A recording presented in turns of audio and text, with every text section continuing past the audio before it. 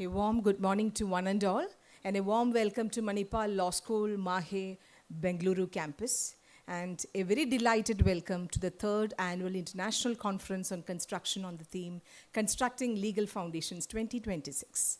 And to mark the auspicious beginning, may I invite our distinguished guests to step forward for lighting the ceremonial lamp, followed by a prayer and the floral tribute to the founder, late Sri T.M.A. Pai, the founder of Manipal Academy of Higher Education, which invokes wisdom, enlightenment, and reverence.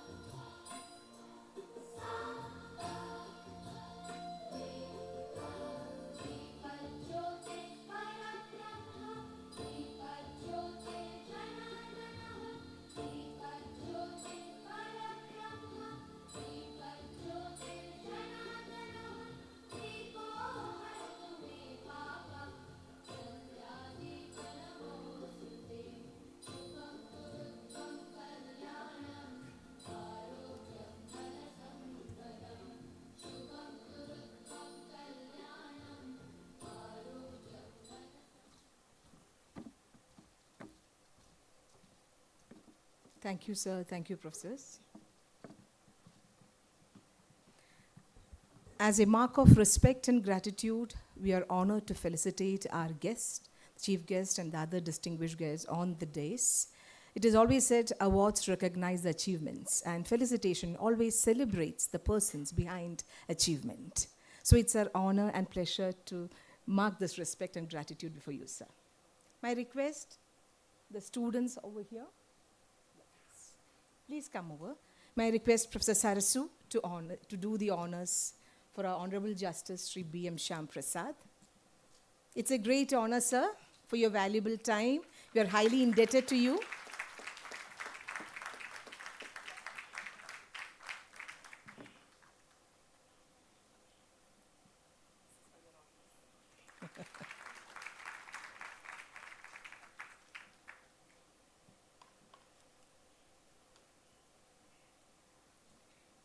Next chance is for, in the sense, our honor to be exemplified to Mr. Ratan K. Singh. Sir had always been in the forefront, pioneering this conference from day one onwards, we ending up with the third edition. May I request Professor Sarasu and Professor Venkat to please do the honors.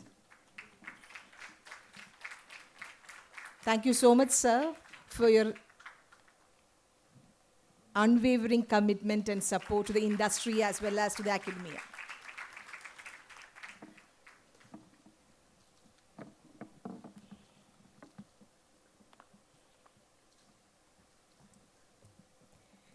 May I request our Honorable Justice Sri B.M. Shyam Prasad to felicitate our dearest Professor, Director, Manipal Law School, Professor Dr. Sarasu Esther Thomas.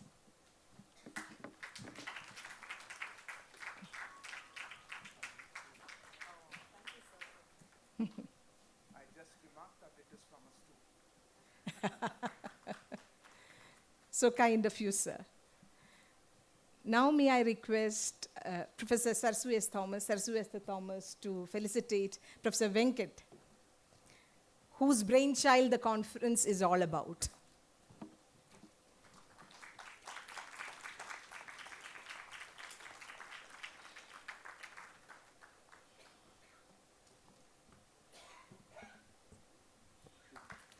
Thank you so much, sir, for pioneering and being in the forefront for such engagements and initiatives.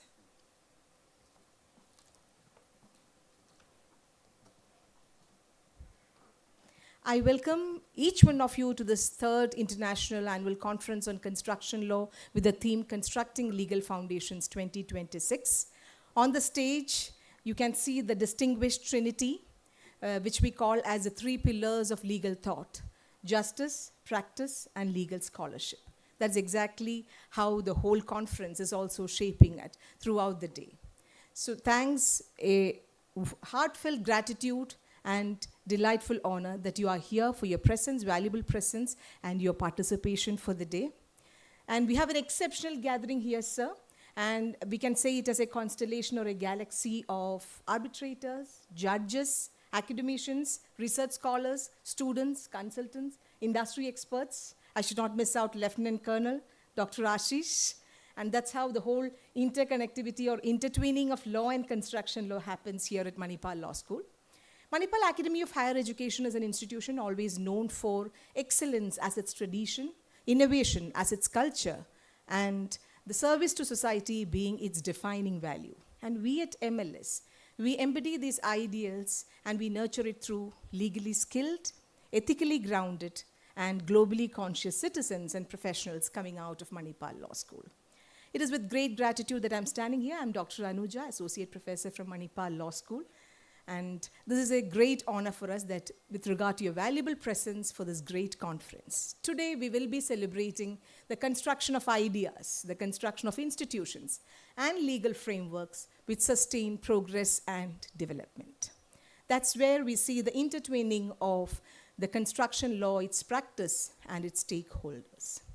So as we often say, construction projects are always bigger and they become more complex and increasingly global.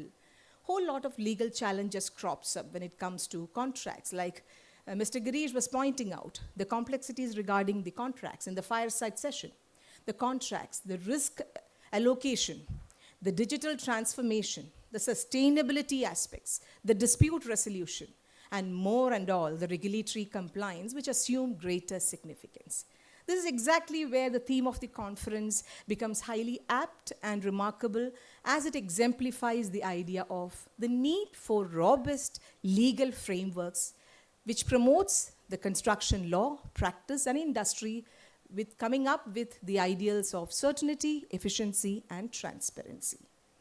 So with these words, I believe Professor R. Venkat, the conference convener, will be the best person to set the tone for the next deliberations to happen throughout the day. And Professor Venkat is a senior colleague of mine, and more than that, he's a program chair for the LLM in Construction Law and Arbitration. And today, in his capacity as conference convener, he is amongst us. And there is a whole lot to learn from him. I invite Professor Venkat to set the tone, and sir will be talking about the deliberations regarding rethinking construction dispute resolution in India. Please, sir.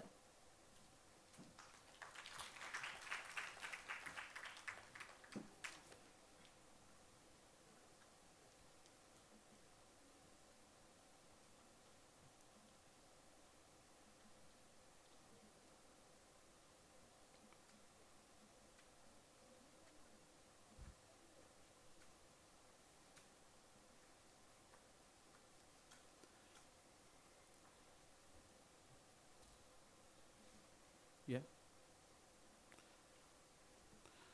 Good morning, all. So I need a PowerPoint to speak, so to say. So we got so used to that, it's very difficult to just talk without a visual aids. Probably it will be easy for me to explain with the help of a PowerPoint. It's very short, it will not be long. So thank you all for coming. So people ask what is construction law. Many of you must be knowing. I'm tired of talking again and again what is construction law. So we all know the construction, we all know the law, but when I put things together, a lot of people ask what it is. It's basically, I would say, that where engineering meets the liability. We have been working in silos, like engineers working on engineering. Then we had the construction management. They talk about risk management. They talk about planning, scheduling. But the law, along with the construction, actually, it's not a new field. It has been there for quite some time. I will tell you that from the medieval times, the construction law was popular. So today, in the modern times where the infrastructure is going on a leaps and bounds in an exponential growth, it has become highly relevant for a construction law to become a topic for us to speak about. So we all know that about the infrastructure boom. Any town you go, Bangalore, Hyderabad, Mumbai, Delhi, you can't even cross 1 kilometer without finding some kind of a detours on the road, on the rail, on the buildings. So construction is happening all the time. It's a huge numbers. We are talking about 1.3 trillion US dollars being pumped in the next 5 years. Key drivers, high-speed rail, metros, bridges, ports. We are talking about every sector, even the chip manufacturing, semiconductors. So there is a lot of construction happening. So that's a good thing, good sign for the economy. That's how the country should be. But unfortunately, we have a bottleneck, the landscape of disputes. So actually, people say that a dispute in a construction contract is something like the night comes after the day. So first 5 years, 10 years, the engineers and the designers busy.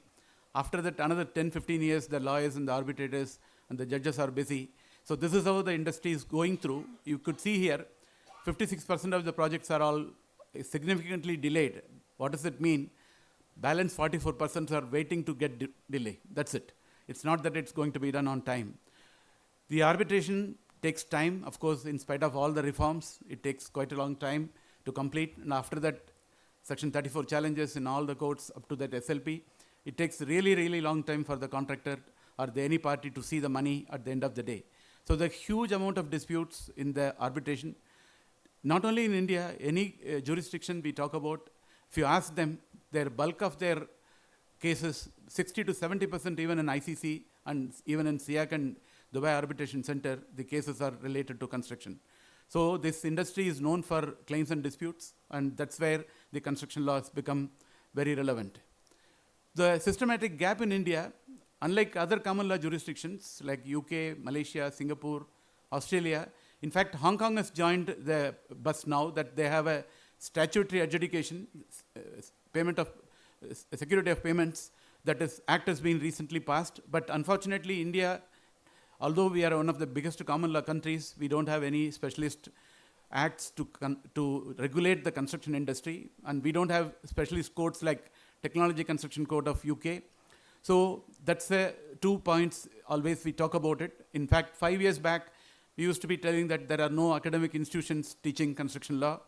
Although we have a program in King's College from 1987, and there are 15 universities in UK, they teach construction law as a major, Queen Mary's, Robert Gordon, Aberdeen, there are a lot of colleges. In fact, even Melbourne.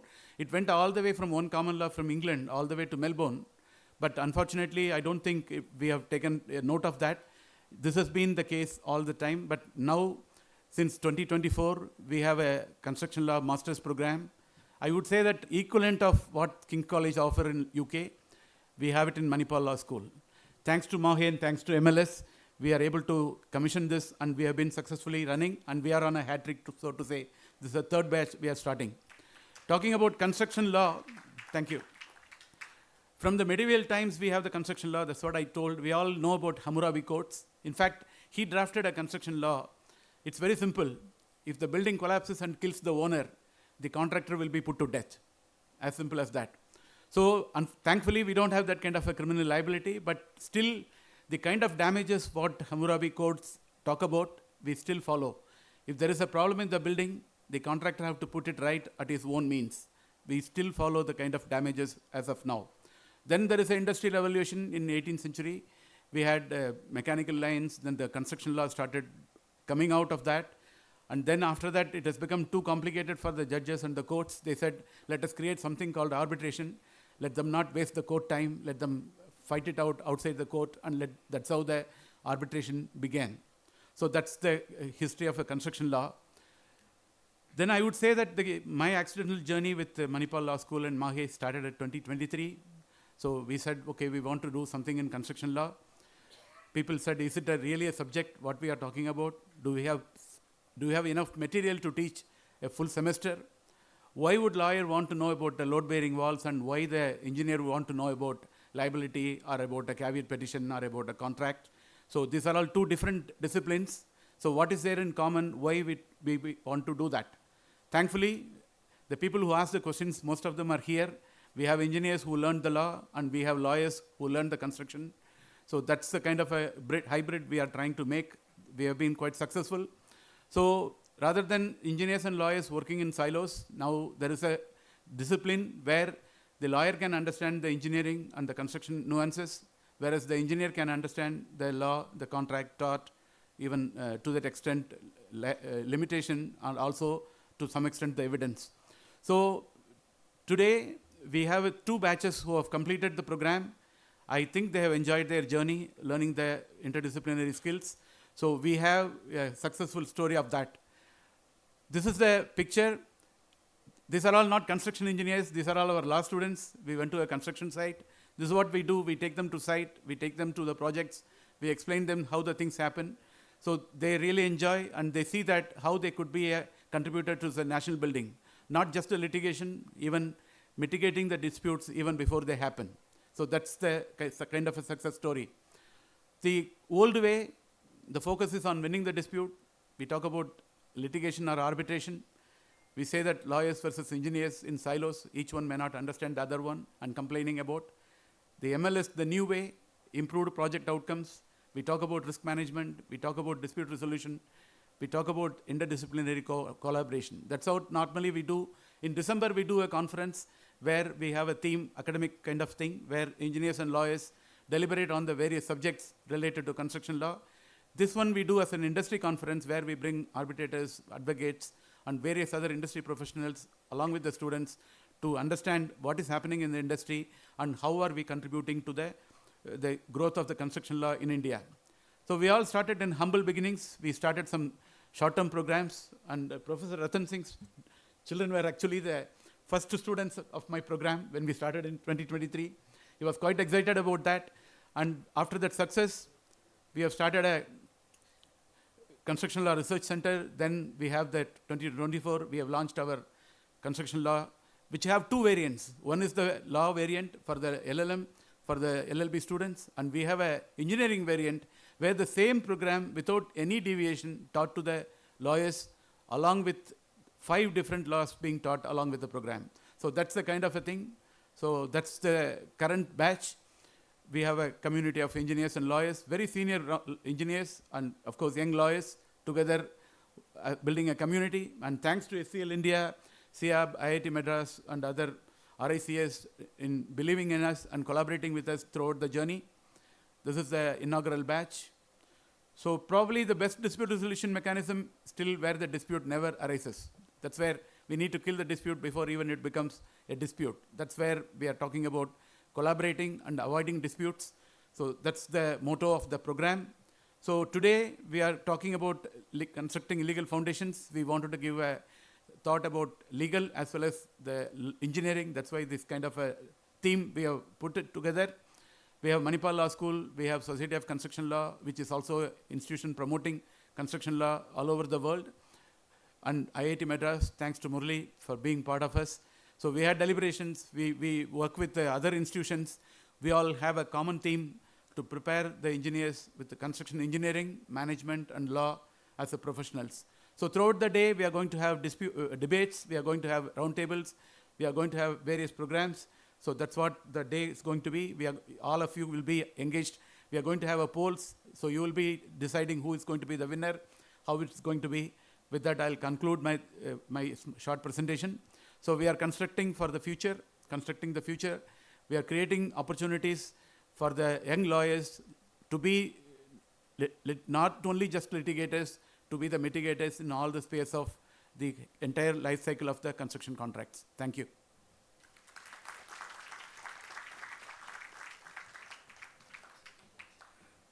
Thank you, Professor Venkat. You have illuminately captured the ideas of challenges and transformative possibilities of construction law and dispute resolution in India. Next speaker is a visionary leader committed to legal education and research. I'll be happy to formally introduce Professor Dr. Sarasu Esther, Director, Manipal Law School, her profile to all of you. May I request Namrata? Yes.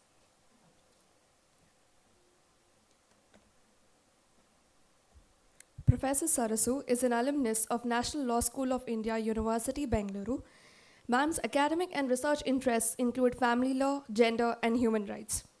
Ma'am was also the coordinator for the Center of Women in the Law from September 2011 until June 2024. Ma'am also set up the Human Rights Lawyering Project in 2011, funded by the Ford Foundation, and served as a professor, Ford Foundation Endowment Chair on Public Interest Litigation at the university from 2018 to 2022.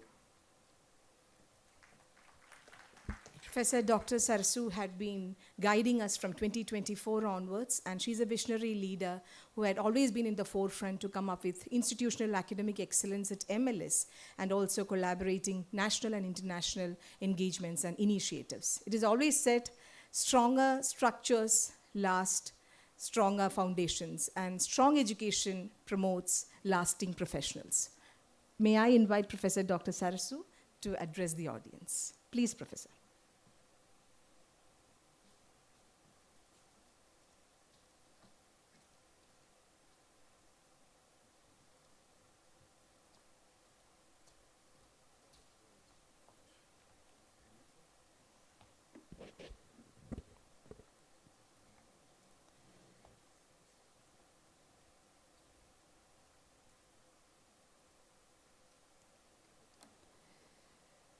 Respected dignitaries on the dais, eminent personalities of the dais and in the audience, dear participants who've come from several different disciplines, students, colleagues, and others who are here present today.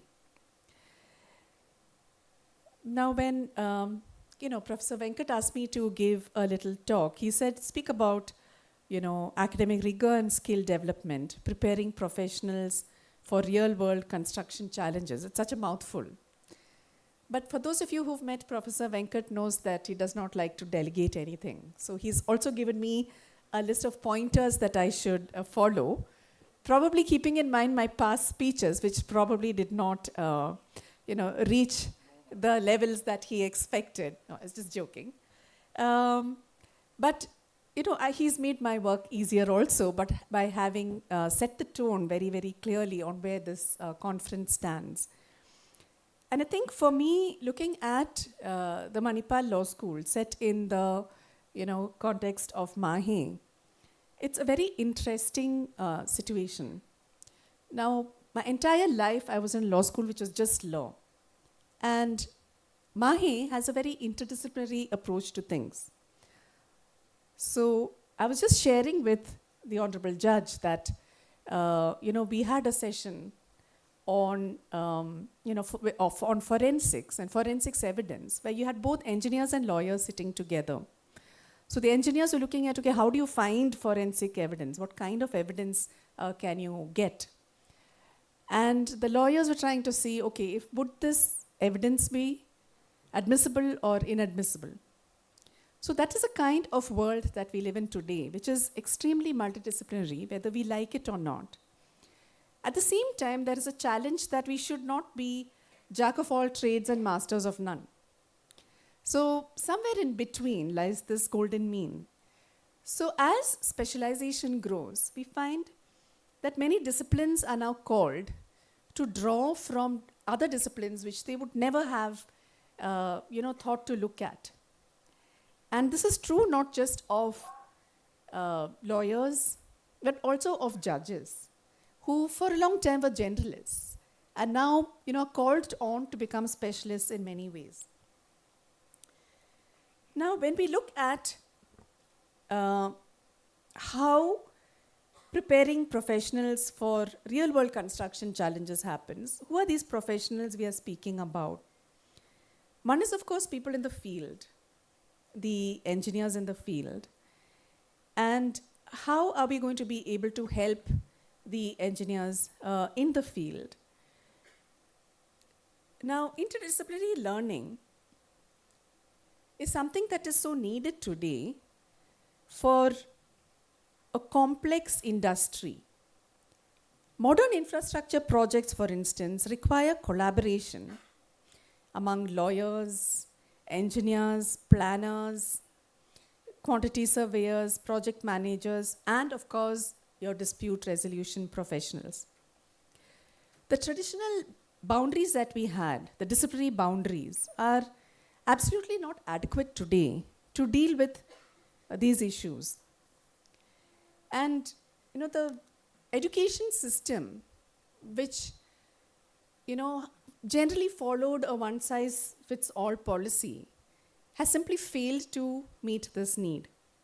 So that's where we find that interdisciplinary learning is something that we really benefit from. So complex projects require professionals who can communicate across disciplines and appreciate perspectives beyond their own area of expertise. It's not easy, but it's something that we have to do. We have to learn to talk each other's language.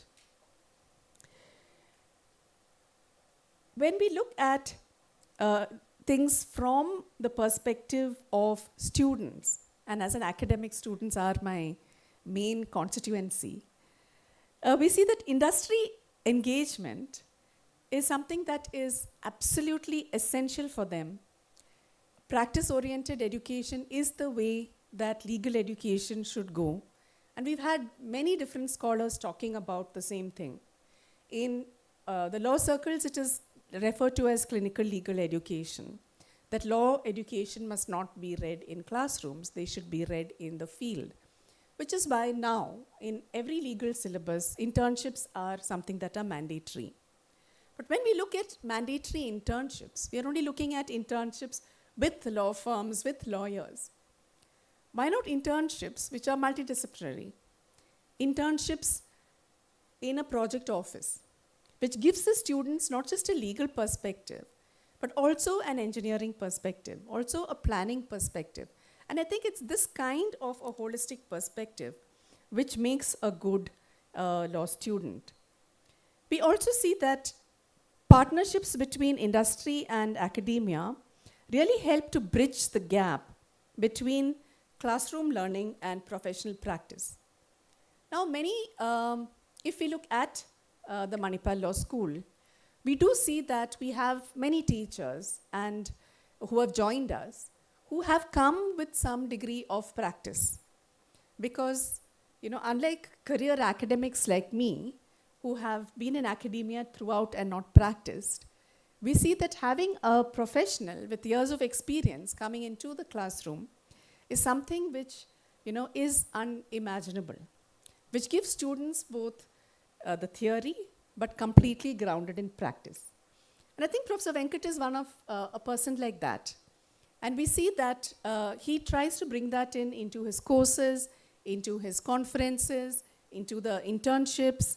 And therefore, this course that is run, or the courses I should say, the construction law LLM, as well as the PG diploma in construction law, are very unique courses, very special courses, and absolutely practice-oriented courses.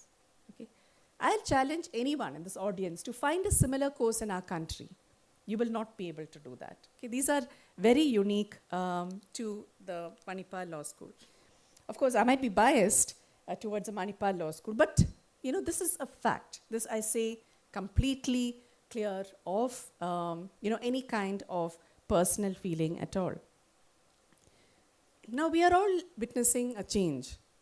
One of my favorite jokes in these conferences used to be that, there are many seasons. There's winter, summer, rainy. But it's always construction season. Anywhere you look, there is construction. And where there is construction, there is also construction disputes. So a way, as Professor Venkat was saying, the real challenge really is not to wait until that there is a dispute. To have mechanisms in place where things can be addressed and it does not go to the stage of a dispute, where we see then it leads to delays, it leads to suffering for the public, it leads to suffering everywhere. And this is something that, we definitely must do. So when we look at developing future leaders in different fields, whether it is in, we see our students one day maybe going into the judiciary, going into practice, going into academia, or going into industry, most of them do. We see that unless they have a very strong basis in the real world, they will have an ivory tower kind of a picture. This is even more so, and I say it as non-judgmentally as possible, for younger people who are increasingly choosing online modes of engagement instead of physical modes of engagement. I have come across many requests from students from different institutions saying they want an online internship. But I say, unless you go and see what is happening on the ground, how much has that building progressed, how much are you actually doing? Look at the living status of a person, people who are the parties in the case. Unless you do that, how do you actually become a lawyer? And as I was talking to Honorable Justice in the morning, he was mentioning this point, that to be a good lawyer, you also need to be a good human being. And I think that is, so right. You don't get that unless you actually go to the ground. We know that our country is witnessing, unprecedented growth in infrastructure, in construction, in disputes, unfortunately. And so recognizing this, the Manipal Law School pioneered India's first master's level program in construction law and arbitration, which merges two really important needs together. So this creates opportunities for both legal and construction professionals to develop specialized knowledge.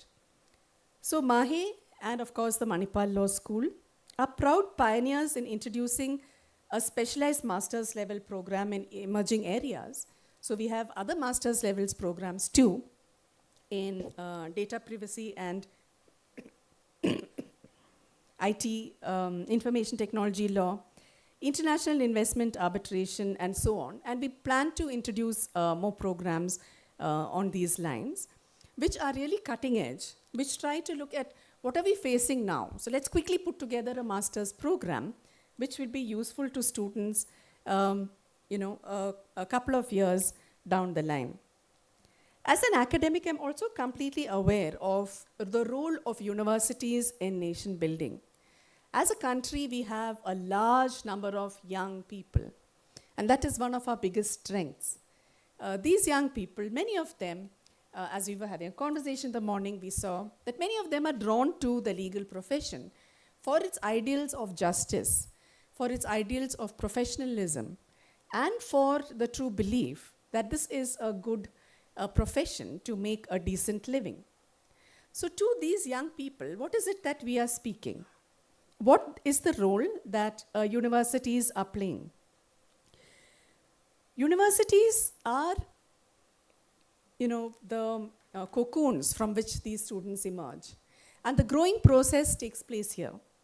So for this growing process to be completely, successful, you need to provide not just theoretical knowledge and practical knowledge, but also tools that they can use in their lives, and also value very clear constitutional values. Because I think the Constitution is one thing that ties us together as a nation.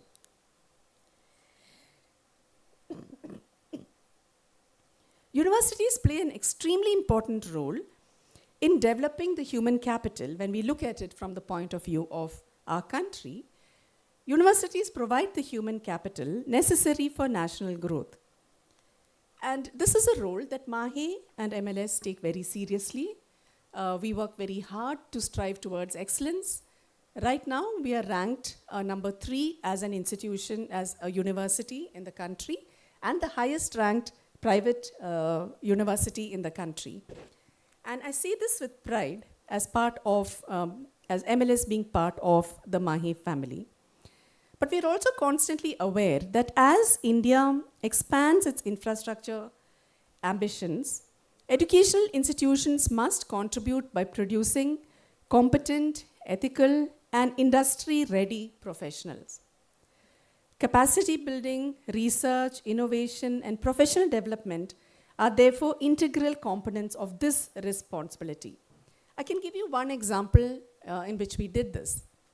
We had an event called an Ideathon last term, where we were looking at a social problem. But to approach the problem, there was not just one team from law.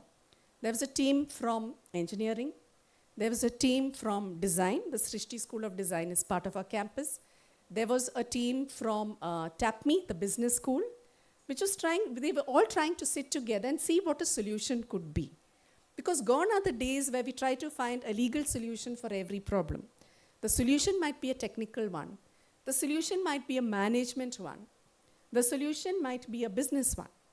And this is the way that, legal professionals have to be trained in the future. And I'm sure professionals in all disciplines must be trained. We have to learn to talk to each other in each other's language and work in an interdisciplinary manner. So we are constantly evolving as an academic institution, and all academic institutions must evolve or perish, because we will not be either serving the cause of the nation or serving the cause of individual students. So infrastructure development requires more than investment in projects. It requires investment in people, in knowledge, and in professional capability.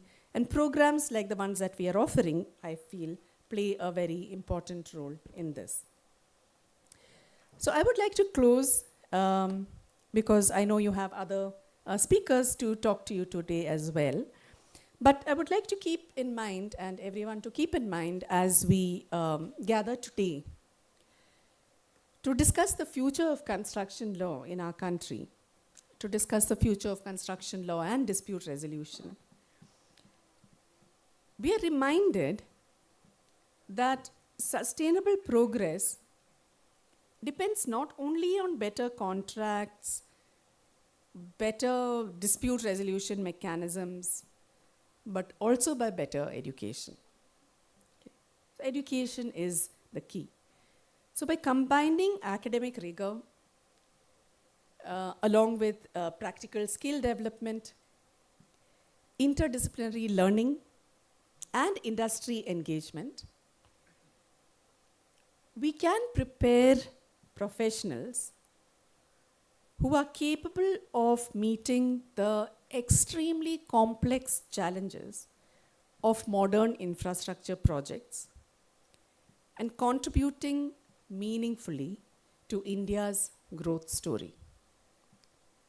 With those words and those thoughts, let me leave you today, and I wish you a very, very successful couple of days on our campus. Thank you.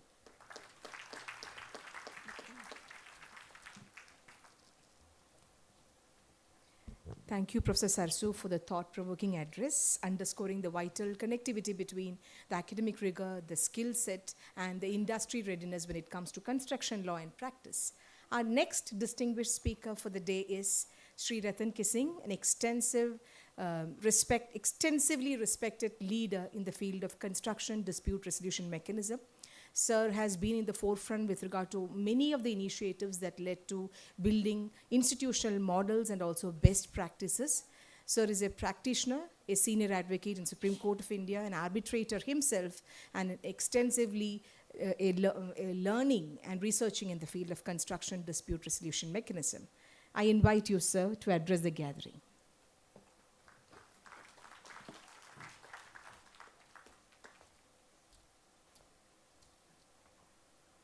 Good morning. My Lord Justice Prashad, Ms. Thomas, Professor Venkat, ladies and gentlemen, I am also a victim of Professor Venkat's note. But what he did with me is, he broadly covered everything what he wanted me to speak. So therefore, Professor Venkat, I'll be digressing a little bit from what you wanted me to speak, because you have covered almost everything which you wanted me to speak. Professor Venkat said a couple of things which is really something which we all need to talk about and think about. He said around 60 to 70% of disputes, arbitrations particularly, are construction arbitrations. Yes, it is right.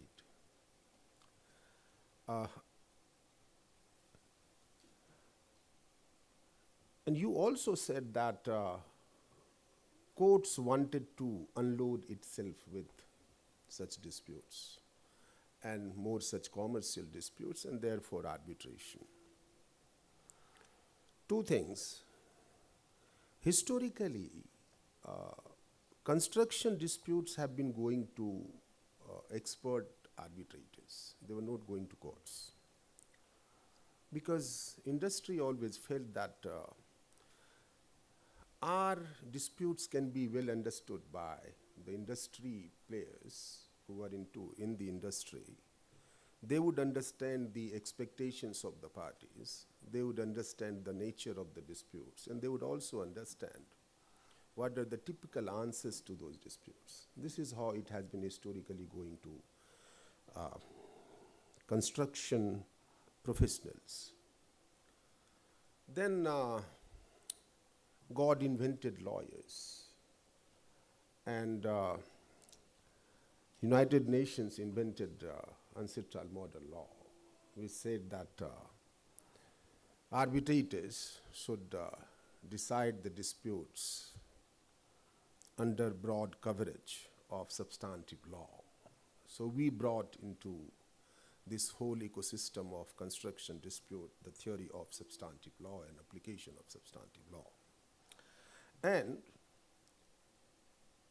this is what Section 28 of Arbitration Act, which is modeled on Article 28 of Ancestral Model Law, tells you. Though it gives you a discretion to the parties to clothe the arbitrators with this so-called amiable compositor position, where arbitrators can decide the disputes by applying its own sense of justice without being bound by the substantive law. But it is never applied anywhere in the world. This whole concept of amiable compositor or et equo ex bono was borrowed from ICJ Charter. And ICJ Charter, though allowed it to happen, it never happened, in fact. So it is only on the paper. Under 1940 Act, Arbitration Act, arbitrators had this discretion to write one-line award just to say that I have heard the parties, I have gone through the pleadings and the evidence, I have applied my mind, and I award X dollars to the contractor or to the employer. Now you cannot do this. Arbitrators cannot do this because you have to give regions, and that is the requirement of Section 31 of Arbitration and Conciliation Act, and that is the requirement of Article 31 of the Ancestral Model Law. It had its own purpose because it was expected that whenever awards are challenged in the upper forums and courts must have opportunity to understand the reasoning of the arbitrators. Problem here is slightly different. Historically, engineers used to be the arbitrators. Now, you want arbitrators to apply substantive law. Did we create a pool of arbitrators who understand the industry and who understands the law? And this is where MAHE comes in. When 2023, this course was being talked about and they were taking the initiative, I was approached and I was asked to be the chair of the advisory committee for these courses. I said, I'm convinced with this, I'll be glad to be part of this. And the first program was a certificate program. And my both kids, my both children were pursuing LLB in UK. My daughter was in King's College London, my son was in Cardiff. I asked them, do you have interest in this subject? They said yes. I said, let these two children be the students in the first batch. If I am convinced with this course, let my kids also join the course. This is how we started the journey. And I have been coming here, this is the third year. And it has become a ritual now. Justice Prasad, it is really a ritual for lots of construction professionals in the country who make it a point to come to Bengaluru in this campus every year in the month of June, when even courts are closed in places like Delhi and all. We all come. Reason is, Professor Venkat said that we teach the engineers about law and we teach lawyers about the industry. Actually, what is being done here is beyond that. And this is how it should be. We assume that all engineers know construction law. We assume that all engineers know how to take care of their whole project cycle, do whatever is needed, and they can present a proper case before the arbitrator or the tribunal. No, this is not the reality. Reality is that most of the construction company, almost all of them, I can say it, because I represent all top construction companies in country. I have been involved in, as a lawyer for all top construction companies, employers, starting from bullet train, DFCC, dedicated freight corridor, expressways, airport. I find lots of basics missing in the industry. Let me talk about contractor side first. The engineers know how to get work done. Employer side also know through the engagement of project management consultants or the engineers, they know how to get the work done. Getting work done is not the complete answer.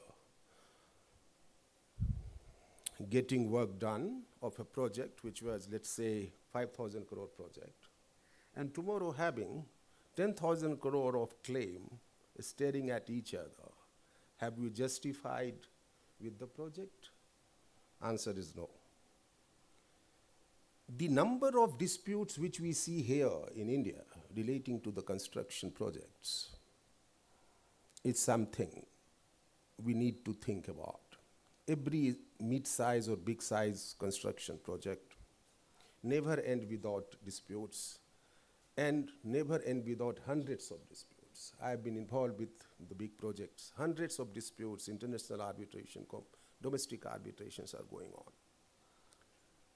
Now, we need to think about this alarming thing, and that is why we have so many of disputes. And I'll tell you why so. You can avoid disputes, you can negotiate on table if you know proper record keeping, as Lord Justice Prasad would vouch for this. Whenever any dispute goes to court or to the arbitrator, what arbitrator and courts will look at, the contemporaneous documentary evidence. If you do not maintain the proper records, you are inviting disputes. Sometimes you do not maintain proper records because you are not aware of the types of records which are required to be maintained, or sometimes you do it deliberately. Both things give rise to disputes. I'm founder and chairman of Society of Construction Law India branch, and SCL. We have a protocol called SCL Delay and Disruption Protocol. It has got detailed chapter on what all kinds of documents are to be maintained. If you know as a contractor, as an employer, that what are the categories of documents which are to be maintained, and you maintain that, you take it from me that 90% disputes will not go to arbitration. It will be resolved across the table, because you can show to the employer, these are the contemporaneous evidence, have a look at it. You don't do that. Or even if you do that, you don't want to disclose it to the other side, because there is something to hide, or you want to really inflate your claims. It is not done. Now, in construction industry, you have project managers who execute the work at site, and you have contract managers and contract team who work in the office and see whether contractual requirements are fulfilled or not. This is how it works broadly. Problem is, sometime back, I was invited to give a lecture, 2 hours lecture, to India's most prestigious project management consultant organization, Government of India organization called EIL. EIL is engaged by almost all oil and gas and other kind of fertilizer and all those, and even for civil work, mechanical work. And they are the project management consultant. What they are supposed to do is they have to invite the bids. They have to get the work executed through the life cycle of the project. And then thereafter, they have to also see whether contractor is entitled to any extension of time or any prolongation claim, or is there any other entitlement. They are very good in getting the work executed. But when it comes to deciding the entitlement of the contractors, whether they are entitled or not, they lack the skill. They lack the knowledge. What is happening?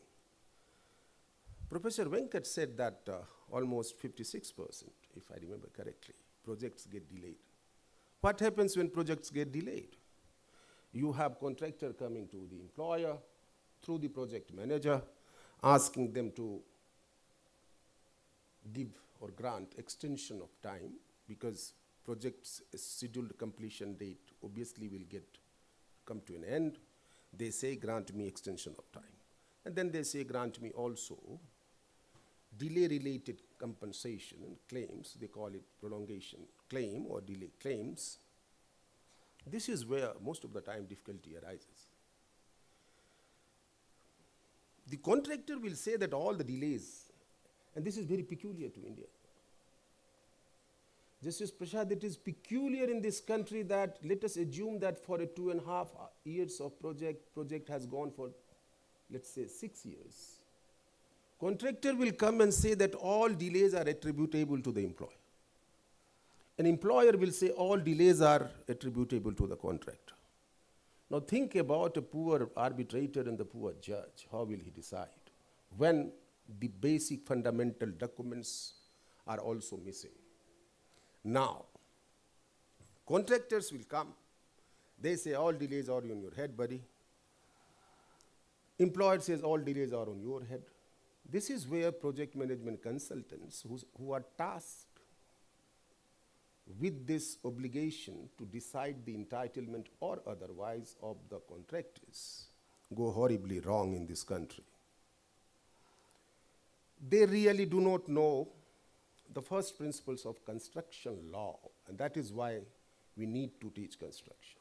They do not know what are the types of delays. They do not know what is excusable delay, what is non-excusable delay, what is concurrent delay, what is compensable delay, what is non-compensable delays. What is delay? They don't know even the first principle. In construction law, every delay is no delay. Only those delays which shifts the completion date is delay. Only those delays which adversely impact the activities on the critical path are delays. Now, let me give you an example, because a lot of youngsters are here. If this building was to be constructed, 4-story building, And employer, being MAHE, had to grant approval for the drawings which contractor was preparing. If MAHE's engineer or MAHE does not give approval of the drawing of the ground floor, can contractor move ahead with the first floor, second floor, and third floor? Answer is no. And what if the MAHE's engineer delayed in granting approval of a drawing of a window panel on the ground floor for 6 months? Can contractor move ahead with the construction of the upper floors? Answer is yes. What happens?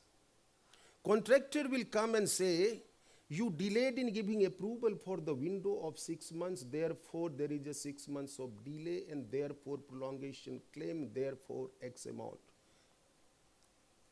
So he'll put together all the delays in the simplest case of giving the delay in granting the approval of drawing. Ground floor, this wall panel, ground floor, this door, first floor, painting approval on blah, blah. Now, if it is not accepted, or if it is accepted, what happens is most of the time, the people who are doing this, deciding this, are the project management consultants. They are not aware as to how delays are to be decided. There are methods of delay analysis. I can see some delay experts sitting in the room. I saw Alok, I saw many of them.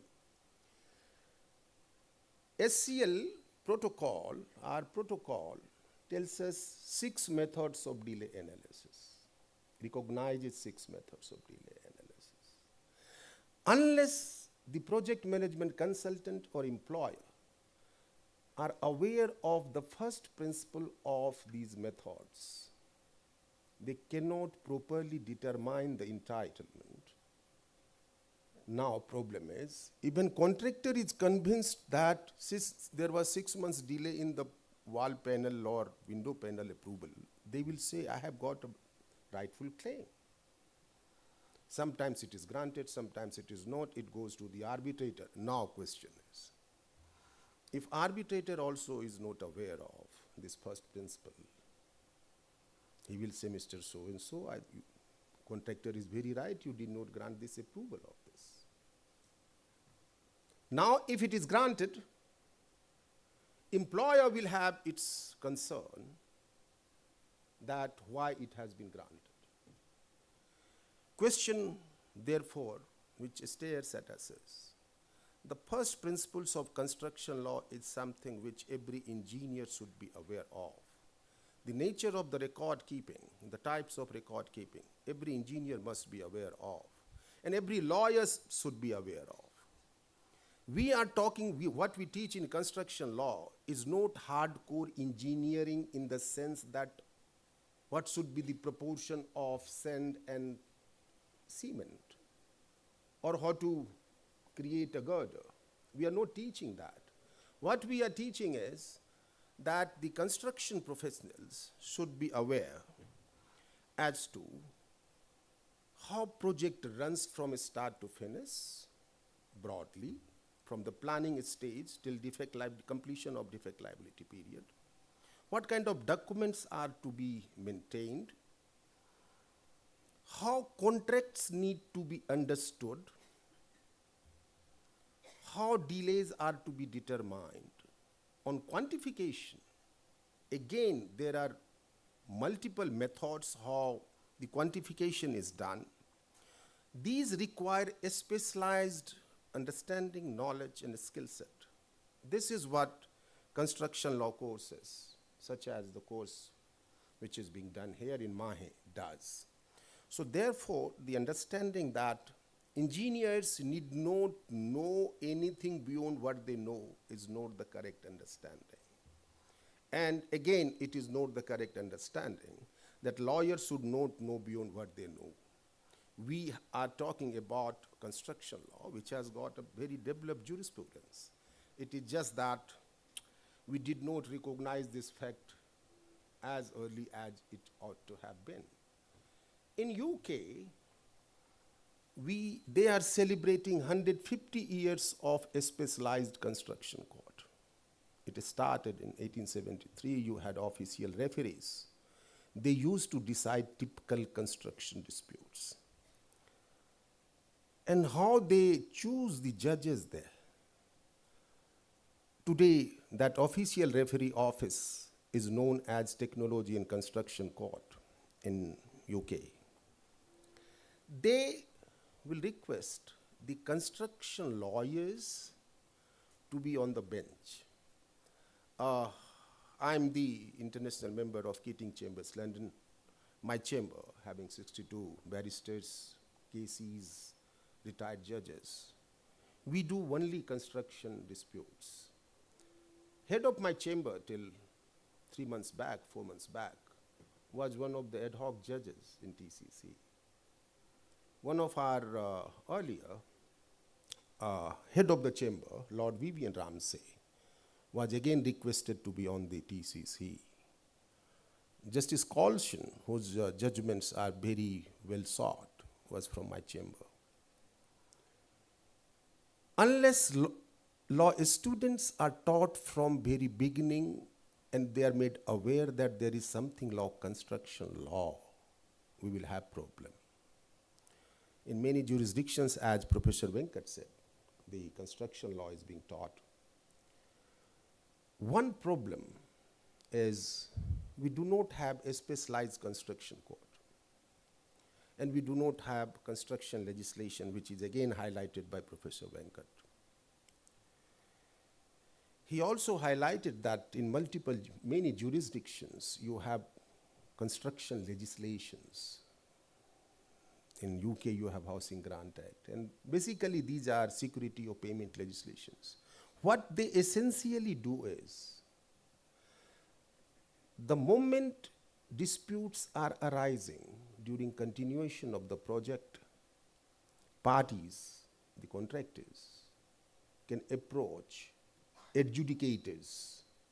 And within 28 days, adjudicator will decide the dispute.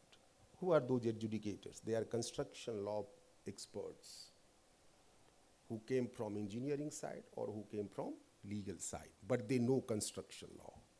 They decide the dispute broad basis because he cannot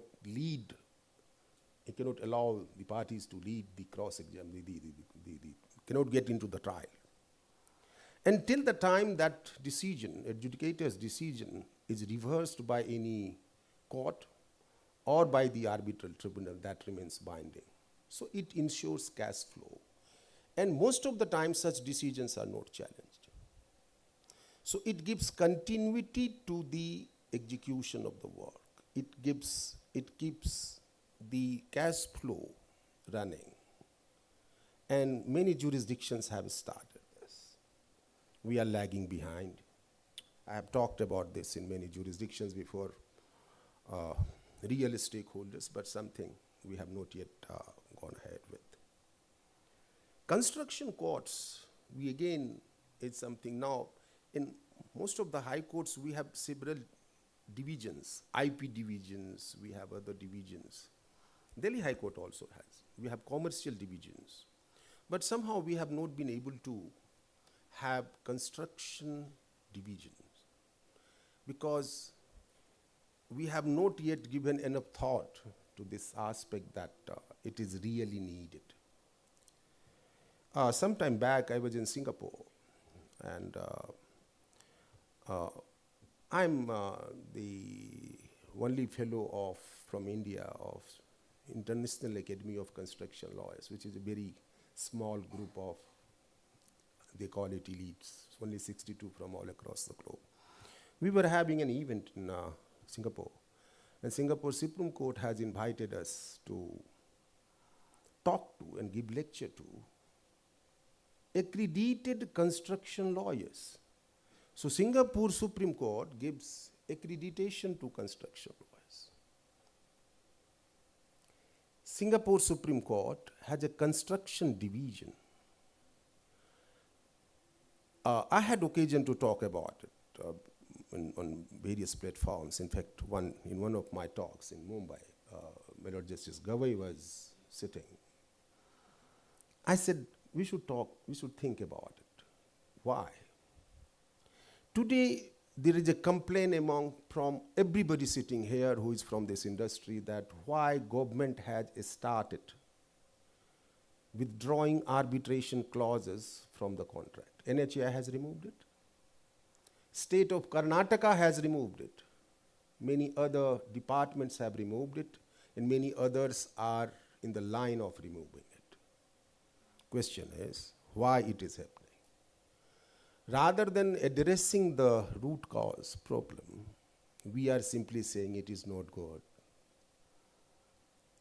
It is happening because if today, recently I have given an award, and it was Karnataka state was one of the parties and one of the top contractors was other side. I was the sole arbitrator.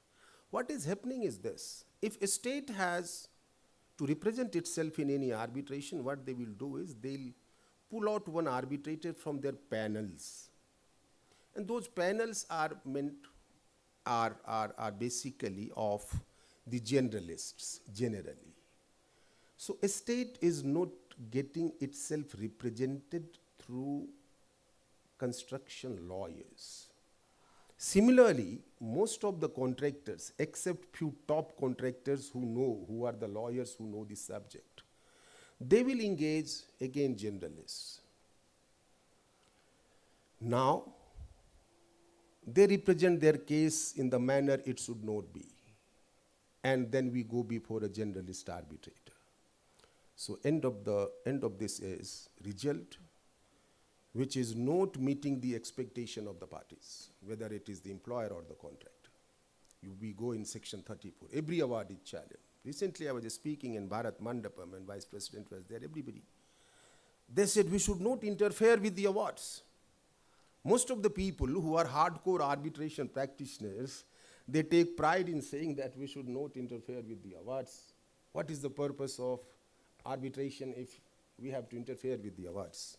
When I was a young arbitration lawyer, I used to also feel the same way. My Lord Justice Prashad, problem is quality of award is something we should look at. We try to draw analogy and parallels with other jurisdictions such as Singapore, UK, America. There, you should take it that parties are represented through experienced specialists. Arbitrators will not take an assignment if he is not a specialist of that particular subject. If awards are coming from the specialist who know the subject, quality of award is bound to be good. And that is why more than 90% of awards in developed jurisdictions are not challenged. Here, more than 90% are challenged. Sometime back, couple of months back, I was in Kuala Lumpur. I was speaking in a conference, ACI ADR Week. And I said, come to India, we are doing great work. Legislations are changing, judgments are forward-looking. And one very popular construction arbitrator got up and he said, Mr. Singh, tell us why so many awards are challenged in India.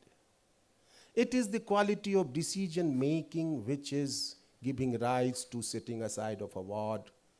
If an award which does not even address the real issues, real disputes, what will a judge sitting in section 34 code do? Therefore, if you really want to address this problem, why the government authorities are not very comfortable with the awards, we need to introspect. We need to promote construction law. We need to have more and more experienced, skillful lawyers and arbitrators. And then we can go ahead with this mission which MAHE has started. I am now honorary professor with 3 universities. I am teaching different, like OP Jindal, I am teaching construction, arbitration, and other places. Society of Construction Law, is now organizing world's biggest construction law conference. 5th, 6th, and 7th of December, I had world's biggest international conference. 29 foreign speakers who are legends in different jurisdictions. Like Michael Snyder, who is 94 years old, who is called father of construction arbitration and arbitration in Europe. Philip Brunner, he is 91. He has written 13-volume book on construction law. They all come. This subject, we need to understand it is a subject in its own rights. It has got developed jurisprudence. We must teach this subject, must train people for this subject, and then look forward to take this mission forward. Thank you very much.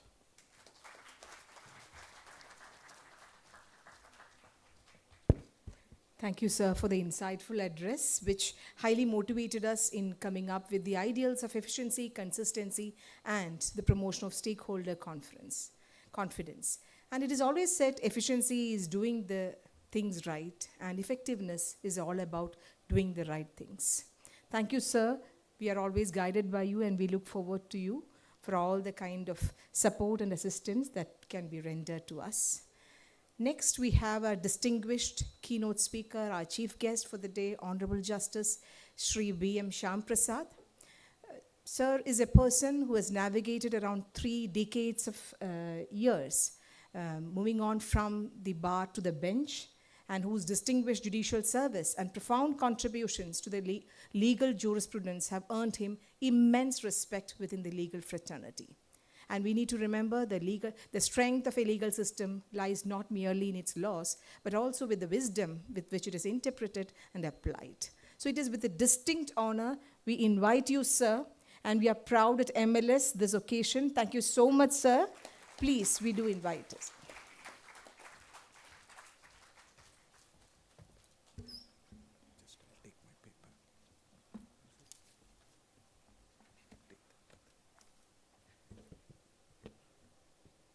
I offer my greetings to all on the dais of the dais.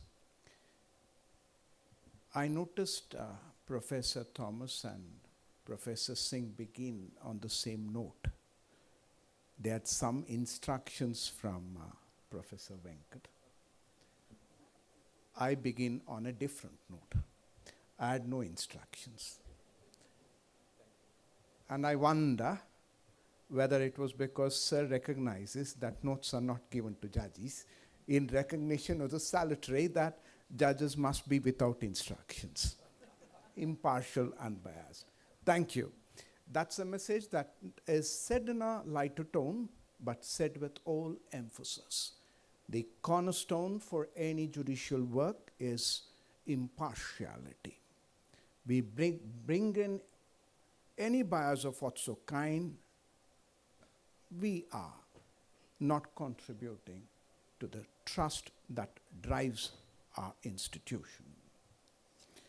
Ladies and gentlemen, on the subject, I thank Professor Singh for that elucidating delivery.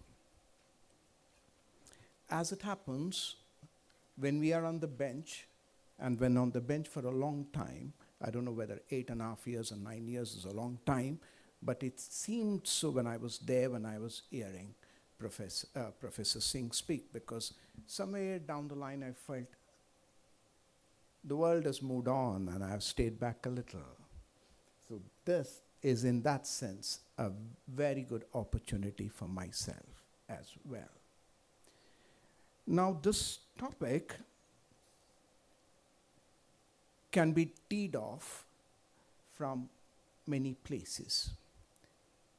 Now I've used the expression tee off, borrowing from golf, because I want to tell all my young friends here, study, work hard, earn, but also play. That becomes important. All work and no play makes a Jack a dull boy. And I'm a failed sports person to boot.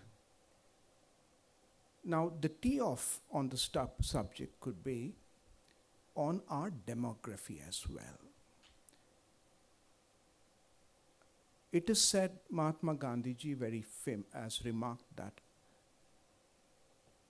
our soul lived in our villages when we gained our independence. When Gandhiji said that, we were a nation of 30-40 crore population. Today we are between 140 to 150 crores. Does this demography mean anything on the subject that you will be engaging yourself coming from different sectors over the next 2 years? And I propose to say,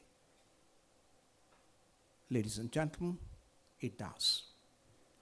And I draw upon the statistics that is published by the Department of Ministry and Statistics and Program Implementation in the month of August 2024. It speaks of rural-urban migration in India, and it speaks of urban-urban migration in India. It is said the migration is 18.9% when it is rural-urban migration, and it is 15.9% when it is urban-urban migration. The combined internal migration is therefore around 35%. And the estimate also is that by 2030, 40% of our population will be in urban places. Now, when we speak of urban places, we have to necessarily speak of infrastructure. And are we wrong in saying that construction sits snugly in this landscape of infrastructure development? We can't be wrong. And when we speak of infrastructure, we speak, as was underscored by Professor Venkat, we speak of metro, we speak of transportation otherwise, we speak of housing, we speak of energy, we speak of renewable energy. So the canvas is very wide.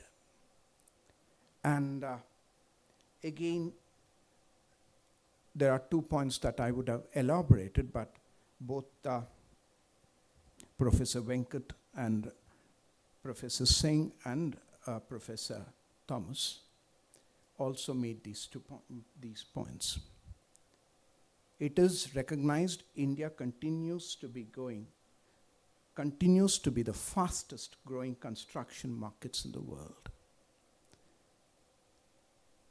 And second, Delhi International Arbitration Center, SICA, and even ICC have reported a steady rise in construction-related filings involving metros, construction of highways, and renewable energy projects. And this is where I look to my young friends to say, if you are focusing on construction and construction law and the disputes, are you focusing at an emerging area for professionals to contribute? And I would say you do, ladies and gentlemen, and therefore it makes very interesting. At this point of time, another personal note. I began my career 30 to 33 years back, and we studied 18 general subjects. We studied legal history, we studied contracts in 2 subjects, we studied jurisprudence, we studied constitutional law. We were not exposed to what shall I say as this kind of a nuanced training. So I got into my profession, and Sir said he has worked extensively with big construction enterprises. I began in my own modest way with the construction industry.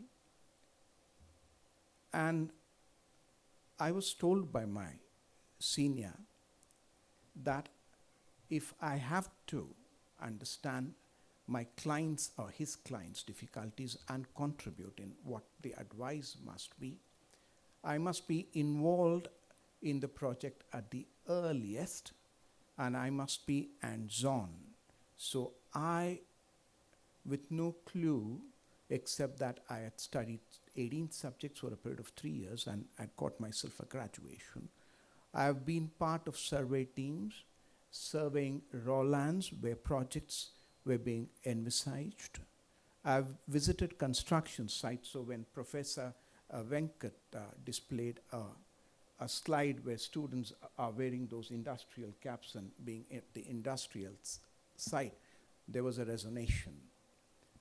I was there, and believe me, when they spoke of sand-bearing capacity test, load-bearing, structural members, I was wondering, wish I'd done something else in my college to know better. And I compliment, therefore, MAHE and Manipal institution for giving this opportunity, which I found very wanting when I began my career 3 decades back. You, in your college days, I have no hesitation in saying this.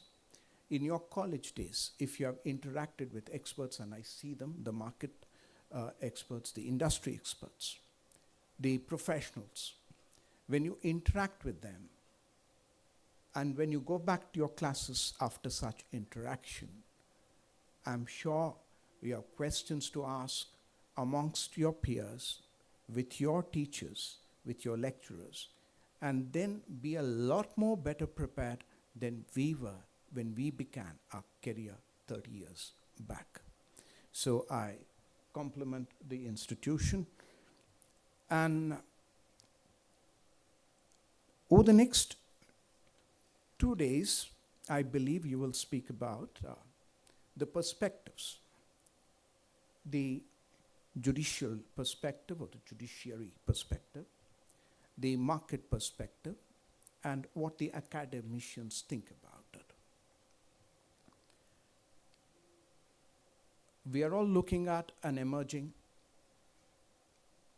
sector which is ridden with a lot of potentials for disputes, is a given. And the convergence would be at this point. The divergence or the disengagement with certain difference in opinion would be when the industry feels that when there is a dispute, the judiciary does not take timely decisions. Many aspects have been elaborated by the 2 speakers who have spoken before me, with the latitude of independence and the freedom that they enjoy, which a judge will not normally take. But I will say this, and I believe your conversation over the next 2 days will give you insights on these 3 things. Construction, sir was speaking about 5,000 crores, 10,000 crore claim.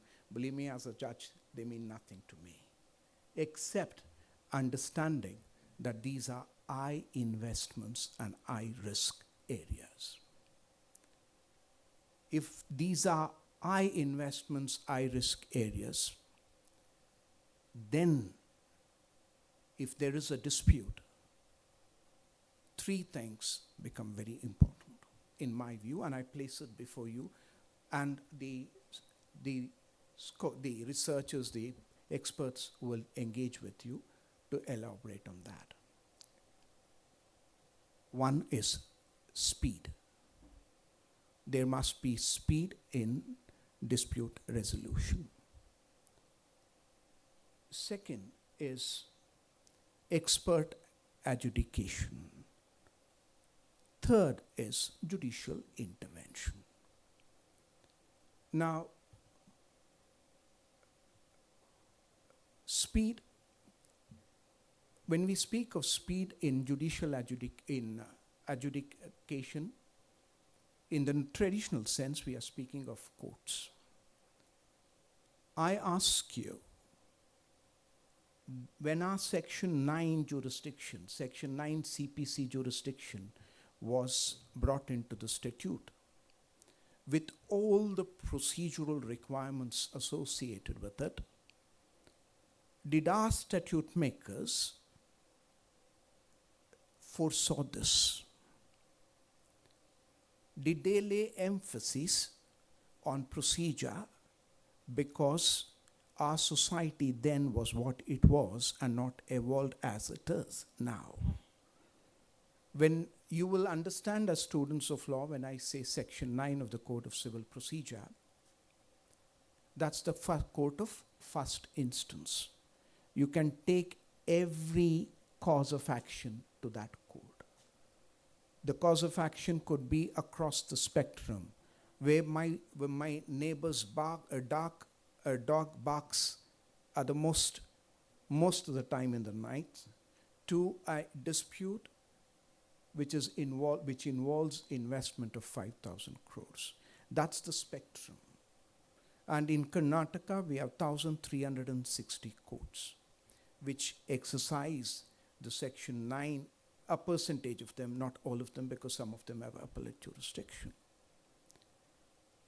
So did we envisage, and in those early 20th century, the first decade when the civil code was wrote for us, did we or did our statute makers foresee this situation? Definitely no. So when you speak of speed in adjudicatory process, I ask you, ladies and gentlemen, should you speak of traditional courts or you speak of something else? And I leave it there. And I leave it there only to say this. Yes, arbitration is now being described as being the disease that it was intended to cure. And it comes, if I'm not mistaken, no less from the head of my institution, as articulated recently. Now, Sir Professor Singh spoke about it, spoke about expert arbitration when he underscored that arbitrators need to understand the nuances of delay, how it contributes to an exaggerated claim, and how an arbitrator who is really not familiar with the nuances or trained in those nuanced areas could write a judgment that may not be satisfactory to the two litigating parties. Now, Rome was not built in a day, was it? I've always been told this. Rome was not built in a day.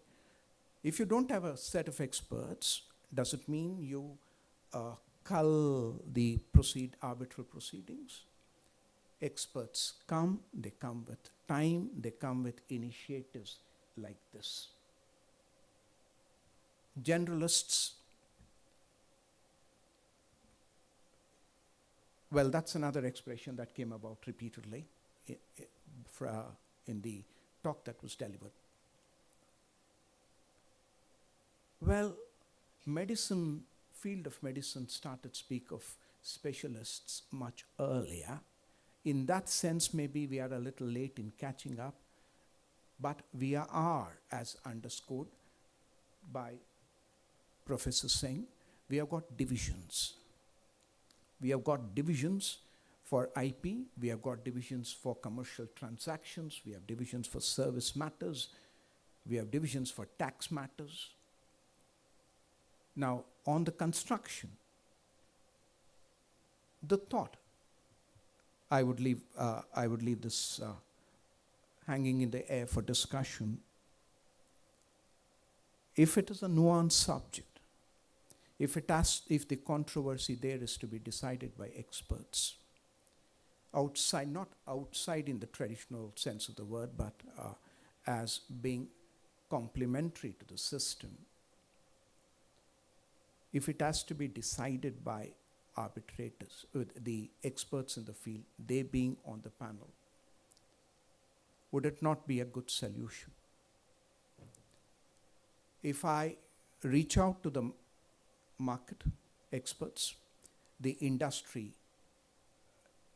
leaders, and to my young friends, together, I would tell my young friends, well, there is a career option for you. To the others, I would say, well, there is a potential, let us build. Let us place ourselves as the generation which is handling this to be those experts. So a certification course could also be helpful in that regard.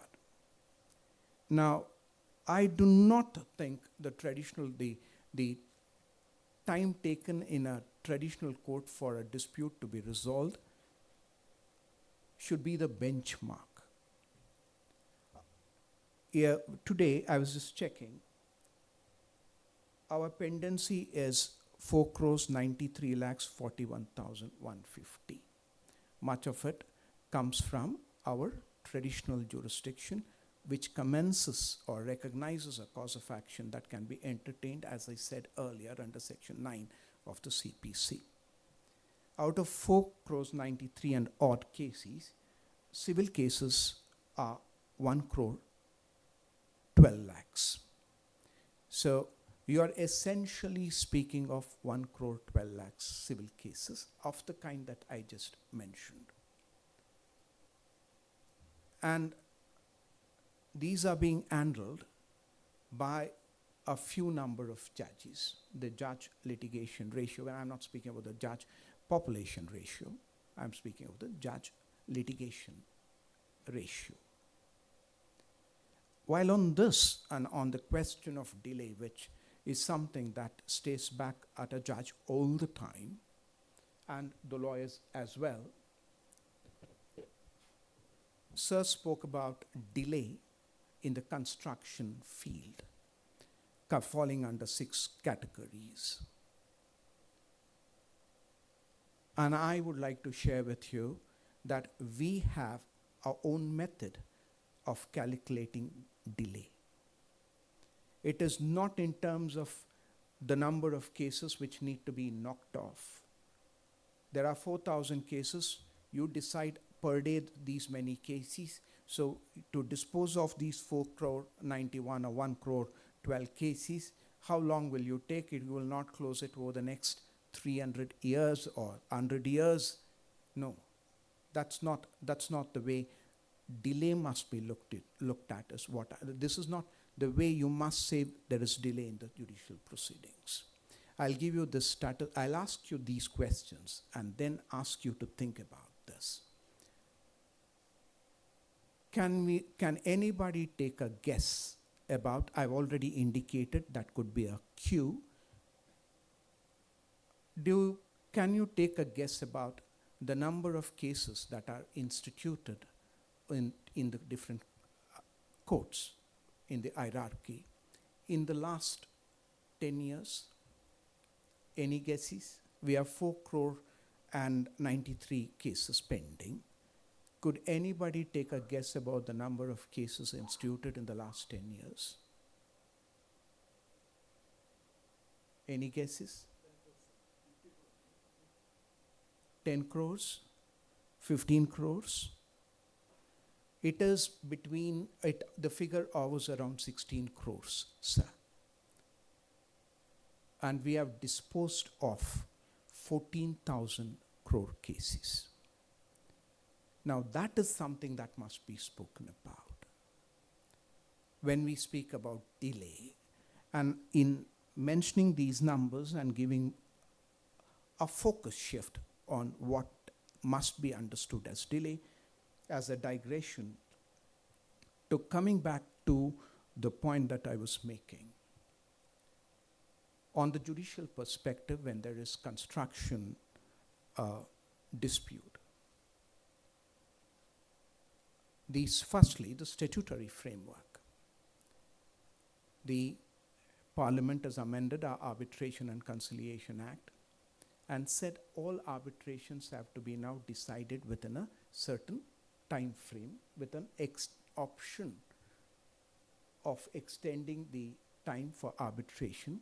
The combined would not be more than 18 months, if I'm not mistaken. And the option of getting it placed before an other arbitrator. So what if speed is something that the traditional courts could not achieve, and despite all the figures that I've given, if still that is the perception, so be it. But the solution that is now thought of in the statutory framework is time-bound and a redressal. If it can't be done, you simply shift it out to the arbitrator.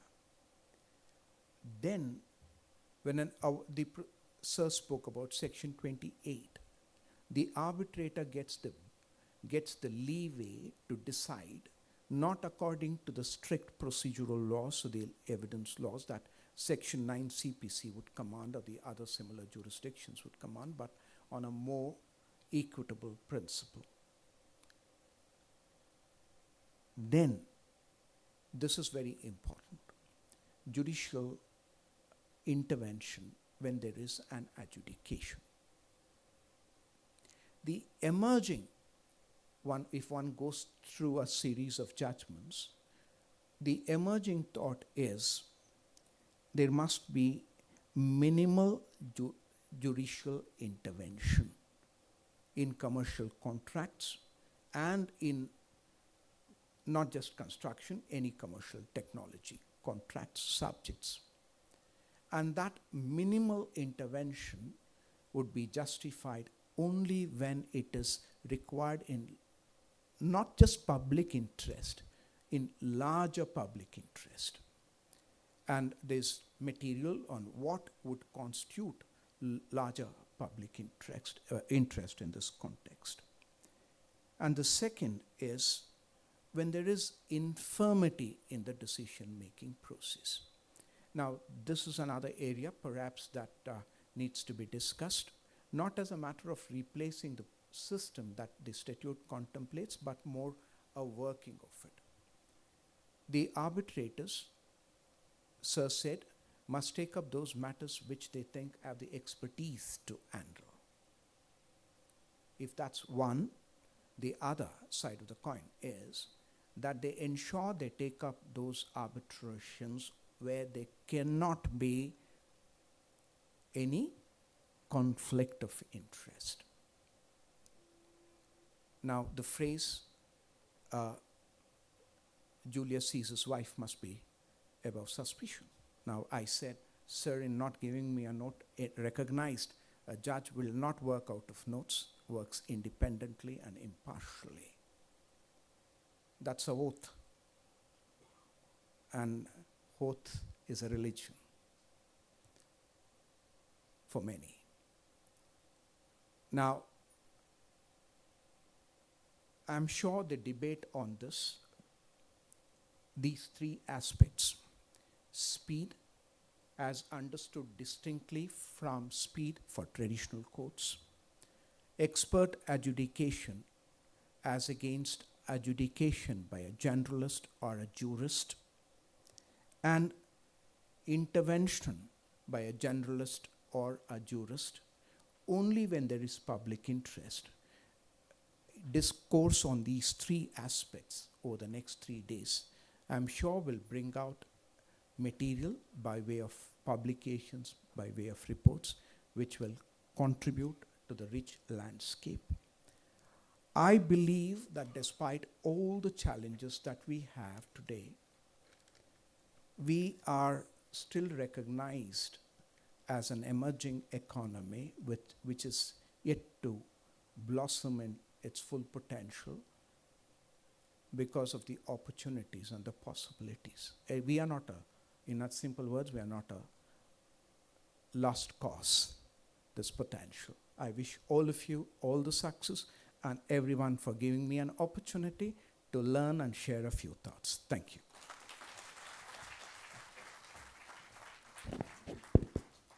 Thank you, Lordship, for the thought-provoking, professionally competent address, which was outlining the ideas of the challenges, the opportunities, and the possibilities, instilling confidence with regard to the rule of law, and also specifically in the infrastructure ecosystem.